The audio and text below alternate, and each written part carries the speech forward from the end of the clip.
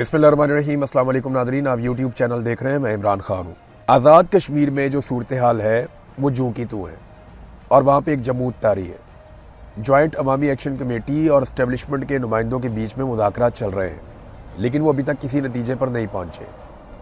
Joint अवामी action committee को इस वक्त जो ऑफ़र्स की गई हैं उनमें एक तो ये कहा गया कि जो पुरानी पोजीशन है उसको फौरी तौर पे बहाल कर दिया जाता है, यानी FIRs ख़त्म कर देंगे, जो कलदम का स्टेटस है वो ख़त्म कर देंगे, 4th शेड्यूल में से नाम निकाल दिए जाएंगे और चीज़ें नॉर्मलाइज हो जाएंगी। फिर इलेक्शन होने दो, इलेक्शन के बाद देखते हैं फिर बाकी चीज़ें क्या करनी है।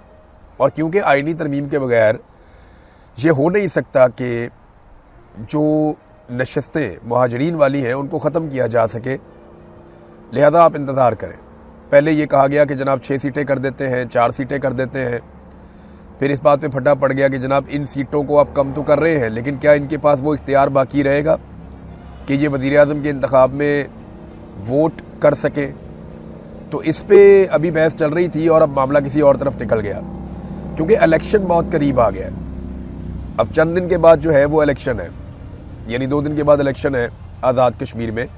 जो पहला मरहला है वो होने वाला है इलेक्शन का। अब इसमें आज़ाद कश्मीर के लोग तो बिल्कुल ही इररेलेवेंट हैं। सिक्योरिटी फोर्सेस की बहुत बड़ी तादाद मीरपुर में पहुंचा दी गई है, क्योंकि मीरपुर डिवीज़न में पहला मरहला है इलेक्शन का और शदीद खौफ व हरास और दबाव का माहौल है, जिसके अंदर ये इलेक्शन करवाने की कोशिश की जा रही है। जब से पाकिस्तान बना है या आज़ाद कश्मीर आज़ाद हुआ है भारत के कंट्रोल से, तब से लेकर अब तक कभी भी ऐसा नहीं हुआ कि इलेक्शन इस माहौल में आज़ाद कश्मीर में हो रहा हो। इस मरतबा वाकई बहुत खौफ व हरास है और वहाँ पे इलेक्शन करवाने की कोशिश की जा रही है।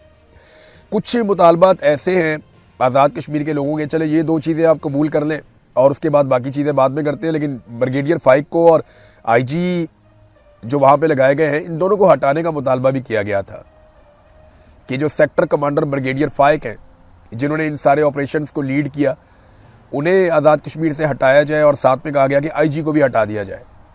तो इन 2 लोगों को वहाँ से नहीं हटाया गया, ये मुतालबा तस्लीम नहीं किया गया, जिसके बाद शकूक व शुबहात बढ़ जाते हैं कि अगर ये इलेक्शन करवाने में कामयाब हो जाते हैं और अपनी मर्जी की हुकूमत मुसल्लत कर देते हैं तो उसके बाद क्या होगा। अच्छा, ज्वाइंट अवामी एक्शन कमेटी को ये भी कहा जा रहा है कि आप लोगों को कहें कि वो निकल कर वोट डालें और आप अपने नुमाइंदे भी खड़े कर दें बेशक इलेक्शन में, क्योंकि एस्टेब्लिशमेंट को पूरा यकीन है कि अगर ज्वाइंट अवामी एक्शन कमेटी इलेक्शन में आ गई तो PTI भी आ जाएगी। और धांधली का तो पूरा बंदोबस्त किया गया है। फॉर्म 47 जारी करके PTI और ज्वाइंट अवामी एक्शन कमेटी को फारिग करेंगे और पीपल्स पार्टी और PMLN को एक मिली जुली सरकार वहाँ पे बनाकर दे देंगे दूसरी जमातों के साथ मिलाकर। इस्तेहकाम पार्टी को भी जोड़ दिया गया है मुस्लिम कॉन्फ्रेंस के साथ, ताकि वो ज़्यादा बेहतर परफॉर्म कर सकें, उनकी सीटें जस्टिफाई हो सकें। तो ये मिलिट्री एस्टेब्लिशमेंट का सारा खेल है जो वहाँ पर खेल रही है। आज़ाद कश्मीर के जो वकला हैं, आज़ाद कश्मीर बार कौंसल, उन्हें बड़ी देर के बाद होश आई है। यानी वकला तो ओवरऑल पाकिस्तान में वकला में करंट ही ख़त्म हो गया।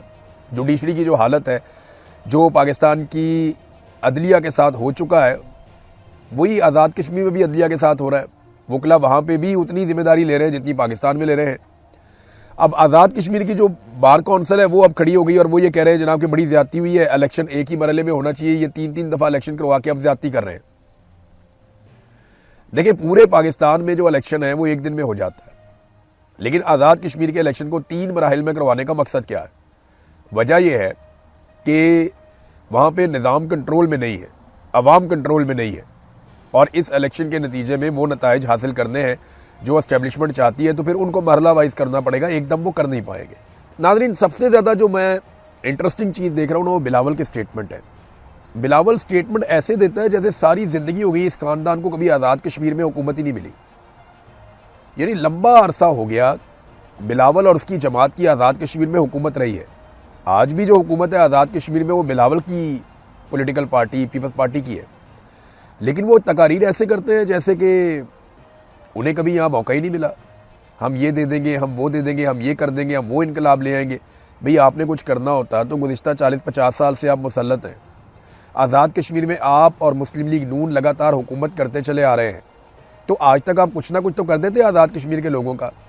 क्योंकि आज तक आपने आज़ाद कश्मीर के लोगों के लिए कुछ नहीं किया, तो लोग आप पे भरोसा क्यों करें? और लोग भरोसा कर भी नहीं रहे। मैं सीरियसली आपको बता रहा हूँ, अगर फ्री एंड फेयर इलेक्शन होते तो पीपल्स पार्टी 2-3 सीटों तक भी शायद बहुत मुश्किल से पहुंचती इन हालात में। इन हालात में जॉइंट अवामी एक्शन कमेटी और पीटीआई अगर इलेक्शन लड़ते तो वो स्वीप कर जाते। पीएमएलएन के हालात तो बिल्कुल ही खराब है ना। वो तो पीपल्स पार्टी से भी गई गुजरी सूरत हाल में उनका सारा इन्हिसार इस बात पे है कि जो पंजाब के अंदर जम्मू कश्मीर वाली सीटें रखी गई है मुहाजिरीन की, वो वहाँ से कुछ सीटें जीत के और कुछ आज़ाद कश्मीर में उनको मिलिट्री एस्टेब्लिशमेंट तरस खा के कुछ सीटें दे दे तो किसी और के साथ मिलकर वो कोई हुकूमत बनाने की पोजीशन में आ जाए। इसके अलावा उनकी हैसियत कुछ नहीं है। बहरहाल बिलावल साहब लगे हुए हैं जनाब कि मैं अब ये भी लेके दूंगा वो भी लेके दूंगा। आज़ाद कश्मीर में मुकाबला इस बात का नहीं है कि हुकूमत कौन बनाता है, वहाँ मुकाबला इस बात का है कि कठपुतली कौन बनता है। यानी वहाँ पे जो सेक्टर कमांडर हैं या एजेंसियां हैं उन्हें अपने लिए कठपुतली सरकार चाहिए। अब वो कठपुतली सरकार के ओहदे पे कौन आकर फायज होता है, कौन अच्छा परफॉर्म करता है, इसके लिए इसका मुकाबला चल रहा है पॉलिटिकल पार्टियों में जूते पॉलिश करने का। पीएमएलएन में, पीपल्स पार्टी में, आईपीपी में और उनके साथ मुस्लिम कॉन्फ्रेंस में, ये सारे जूते पॉलिश कर रहे हैं। जो ज़्यादा चमकाएगा उसको ज़्यादा सीटें मिल जाएंगी। इस वक्त तक की सूरत हाल तो नाजरीन ये है। पीएमएलएन के आप काम चेक करें, इन्होंने 10 इलेक्ट्रो बसें रवाना कर दी हैं आज़ाद कश्मीर के लिए। वो कहते हैं मरी पहुंच भी गई है। ये मुझे अच्छी तरह याद है, एक दिन ये सियालकोट वाला जो रोड है ना, इलेक्शन आने वाला था तो हमजा शहबाज ने कहा जी यहाँ पे फ़ौरन जो है बसें चलानी है, आज चलानी है, कल चलानी है, बस 1-2 दिन के अंदर चलानी है आपने। तब हमजा शहबाज के बाद इख्तियार था, तो यहाँ एक इलेक्शन होने जा रहा था। तो उन्होंने कहा जनाब कि अब कैसे बसें चला सकते हैं, खुदा का नाम लें, हम इस रोड के ऊपर, ये रोड ही तैयार नहीं है इस बस के लिए और ये इस बस का ये रूट ही नहीं बनता। उसने कहा भाई बस चला दो, 1 दिन के लिए इलेक्शन के लिए चला दो, इलेक्शन के अगले दिन बेशक बंद कर देना, लेकिन फिलहाल को 10 दिन 5 दिन चला दो इसको। ये जनाब हमजा शहबाज के दफ्तर में जो बंदा काम करता था उसने मुझे बताया, उसने कहा सर ये इतना इलेक्शन के करीब आकर पागल हो जाते हैं कि इन्हें लगता है कि कोई भी चीज़ कहीं पे भी चलानी है ना, इनको अगर कोई ना सड़क के ऊपर जहाज चला दें वो भी चला देंगे किराए पे लेके कि इलेक्शन में हमें वोटें पड़ जाए किसी तरह। अब ये इन्होंने 10 बसें रवाना कर दी हैं। कोई इसकी फिजिबिलिटी नहीं बनाई गई, कोई इसकी बजटिंग नहीं हुई, कोई इसके तकनीकी तैयारियां नहीं की गई, बस बसें भिजवा दी, पहुँच रही जी कश्मीर, वहाँ पे चलेगी।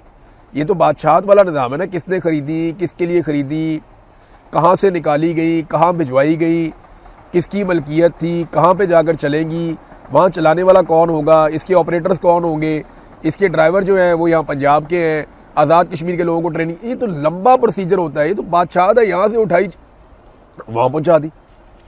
ये क्या तरीका है कि यहाँ से बसें उठाई वहाँ पहुँचा दी और इलेक्शन कमीशन जो है वो इसका कोई नोटिस ही नहीं ले रहा। एक पॉलिटिकल पार्टी इस वक्त इलेक्शन लड़ रही है आज़ाद कश्मीर में और वही पॉलिटिकल पार्टी बसें भिजवा रही है आज़ाद कश्मीर में कि जनाब ये बसें वहाँ पे चलाएं। तो ये तो वो सरकारी पैसे से, ये किसी के बाप का पैसा तो नहीं है। मरियम नवाज को रायवंड के अकाउंटों से निकाल के तो नहीं लाई ना ये हुसैन नवाज की बसें हैं, ना हसन नवाज की बसें हैं, ना नवाज शरीफ इनका मालिक है। तो नवाज शरीफ ने जाके ऐलान कर दिया, मरियम नवाज ने कहा ओके, वहाँ डांस करके दिखा दिया बाबा जी ने, उसके बाद इन्होंने कहा जनाब बसें जा रही हैं।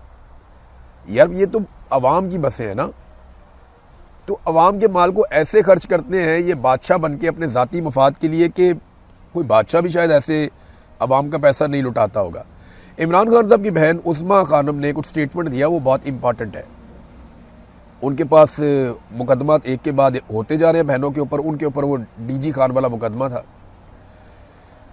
तो उसकी वो सुनवाई थी, तो वहाँ पे उन्होंने बातचीत की। उन्होंने कहा जी कि इमरान खान इस बात को जानते थे कि उन्हें कैद तन्हाई में डाल दिया जाएगा, उन्हें इस बात का अंदाज़ा था, इसलिए उन्होंने बहुत सारे अहकामात और पैगामात दिए थे। हमने वो तमाम पैगामात, चाहे वो एलानिया थे चाहे वो खुफिया थे, वो दोनों तरह के पैगामात हमने पार्टी तक और आवाम तक पहुंचा दिए।